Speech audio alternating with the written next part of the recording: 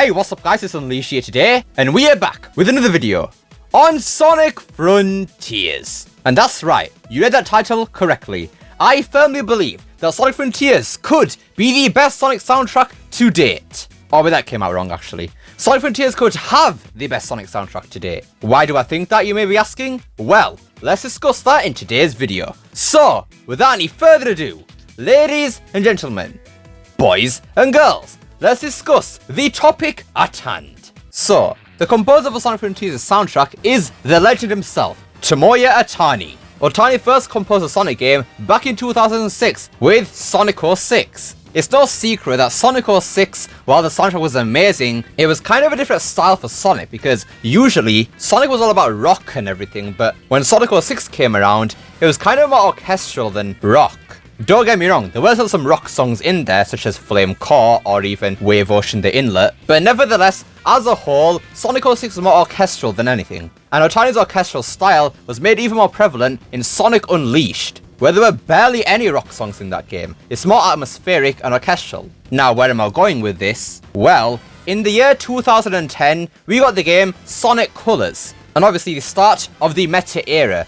But honestly, I do think it was actually a new era for Ohtani's style too, because that was the beginning of Ohtani's EDM and all the synth style that we got. Don't get me wrong, there were still some moments of rock and everything and orchestral, such as Sonic Lost World, or even Sonic Runners banger soundtrack right there, but it was definitely clear that Ohtani had changed a bit. It was no longer atmospheric and orchestral music anymore. It was more EDM, and that lasted all the way up until Team Sonic Racing, which brings us to Sonic Frontiers. After, let's say, 10 years of a new style of Ohtani, for Frontiers, it really does seem like Ohtani is going back to his old style, the days of 06 and Unleashed, orchestral and atmospheric music.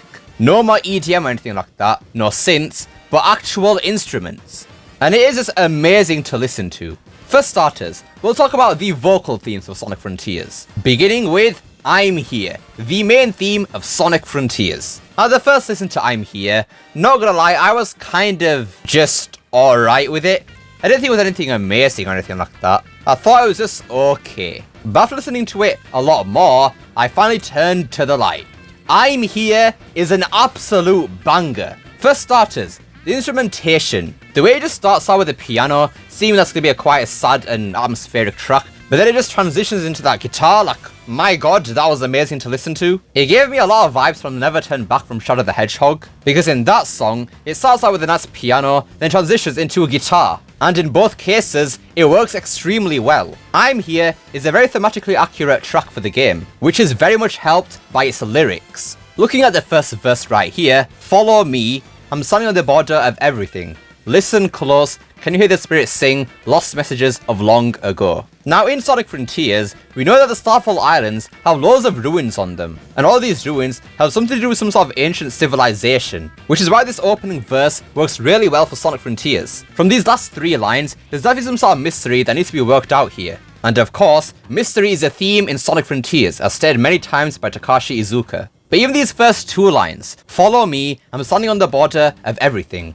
that kind of sounds like it's coming from Sonic's perspective. Because the stakes in Sonic Frontiers are very high right now. Sonic does not know what's going on right now, he's lost, and he needs to save his friends. And these first two lines work really well. Moving on to the second verse, leave the life you knew before, see a new world worth fighting for.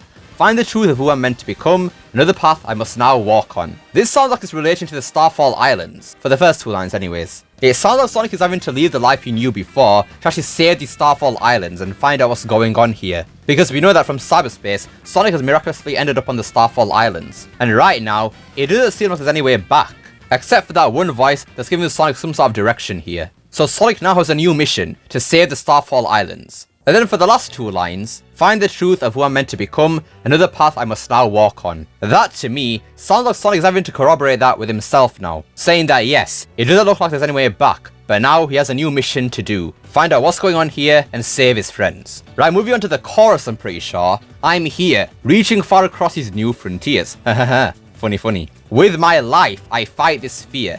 In my hands, I hold the ones I love. Walk forward through the cold dawn, always to new horizons. Now honestly, this one right here is probably the most significant out of them all. The first two lines, obviously Sonic being on this new land that he's never been before. But then the third line, with my life I fight this fear. That right there just screams Sonic to me. He's willing to go to the greatest lengths just to free his friends and do the right thing. Honestly, carrying on from Sonic and the Black Knight, it was never about chivalry for Sonic. He just does what you gotta do, and that is all. Then the next line, in my hands I hold the ones I love. Now honestly, this line right here, I don't know if it's actually related to the thing that happens to Sonic's hand. You know when he frees Amy, but then he gets that glitch effect on his hand? I don't know if it's relating to that or it's just something else, but in my opinion, I think that's what it's relating to, or maybe not, I don't know. Right, that's 2 lines. Walk forward through the cold dawn, always to new horizons. Once again, showing Sonic's carefree attitude. He's a guy that loves adventure, and of course, doing the right thing no matter the consequences. So yeah, as a whole, I'm Here is a fantastic song. It suits the game thematically, the instrumentation is amazing,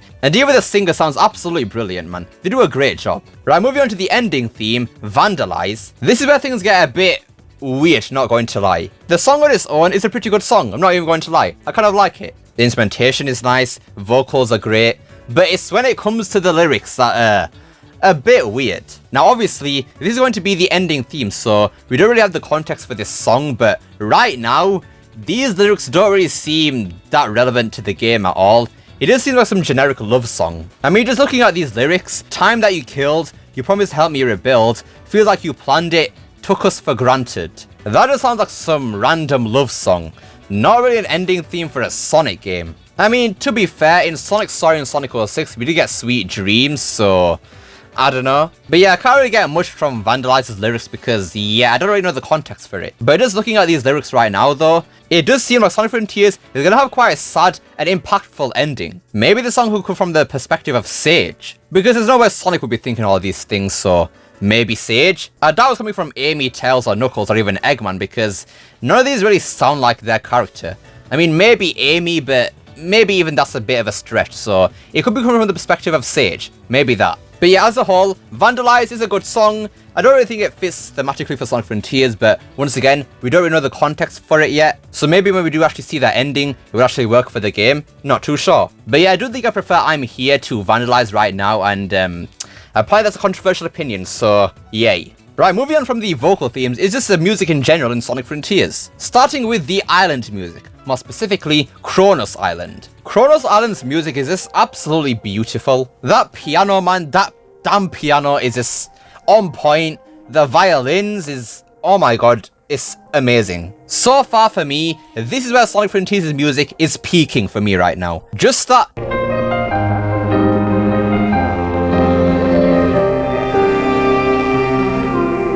is just beautiful, honestly. It sets the atmosphere perfectly for the Starfall Islands, connoting that mystery that Iizuka wants us to feel. And yeah, it's safe to say that the sound design for this game is going to complement this story so well. Right, moving on from the Chronos Island music is the boss fight music. Now we have heard the music for the ninja boss fight, and from the information we got in Sonic Frontiers in the last video, we know that each Guardian will have their own specific boss music. So each boss will have their own personality with the music too, which is great to see. But right now, we'll talk about the ninja boss fight. Honestly, this music is actually kind of strange sounding for a Sonic game. It's very atmospheric, I've noticed. It sounds more like a Marvel movie than anything. And honestly, I actually kind of like it. Sonic Frontiers really has its own style of music compared to the rest of the series. Just very atmospheric and it just fits perfectly. I'm excited to hear what the other boss music is going to be. Right, for the final bit of music in this game, it is the cyberspace music. Now we haven't actually heard any of the music right now. We could vaguely hear a bit of Sky Sanctuary in one of the videos we got from the Gamescom demo, but apart from that, not much. But apparently, according to people who played the game, and from the leaks, the cyberspace music goes hard.